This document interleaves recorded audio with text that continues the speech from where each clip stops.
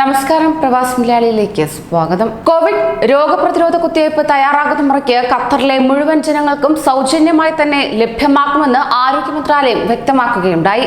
അതോടൊപ്പം തന്നെ Covid vaccine ലഭ്യമാക്കാനുള്ള ശ്രമങ്ങൾ ദ്രുതഗതിയിൽ പുരോഗമിക്കുകയാണെന്നും അധികൃതർ വ്യക്തമാക്കി.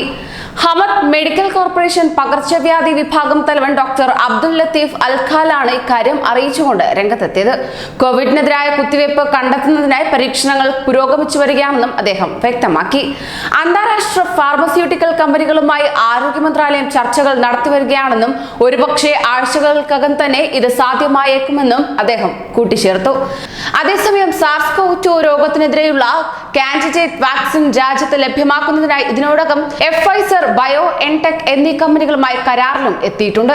ഈ മാസാവസാനമോ അല്ലെങ്കിൽ അടുത്ത മാസമോ ഈ വാക്സിൻ ലഭ്യമാകുമെന്നാണ് പ്രതീക്ഷയെന്നും ഡോക്ടർ ഖാൽ വ്യക്തമാക്കി. രാജ്യത്ത് COVID-19 പ്രതിരോധ പ്രവർത്തനങ്ങളുടെ ഭാഗമായി ഖത്തർ കെയർ എന്ന സ്വകാര്യ കമ്പനി നൽകിയത് സേവനത്തിന്റെ 19,748 സന്നദ്ധ മണിക്കൂറുകളാണ്. ഈ വർഷം മാർച്ച് മുതലാണ് പൊതുജനാരോഗ്യ മന്ത്രാലയത്തിന് കീഴിൽ രാജ്യത്തിന്റെ COVID-19 പ്രതിരോധ പ്രവർത്തനങ്ങളിൽ ഖത്തർ കെയറും പങ്കാളികളായത്. സ്വകാര്യ മേഖലയും പൊതുമേഖലയും തമ്മിലുള്ള മികച്ച പങ്കാളിത്തത്തെ കൂടിയാണ് ഇതിലൂടെ വ്യക്തമാക്കുന്നത്. രാജ്യത്തെ ഒരു സ്വകാര്യ കമ്പനി കരസ്ഥമാക്കുന്ന മികച്ച നേട്ടം കൂടിയാണിതെന്നും വ്യക്തമാക്കുകയുണ്ടായി.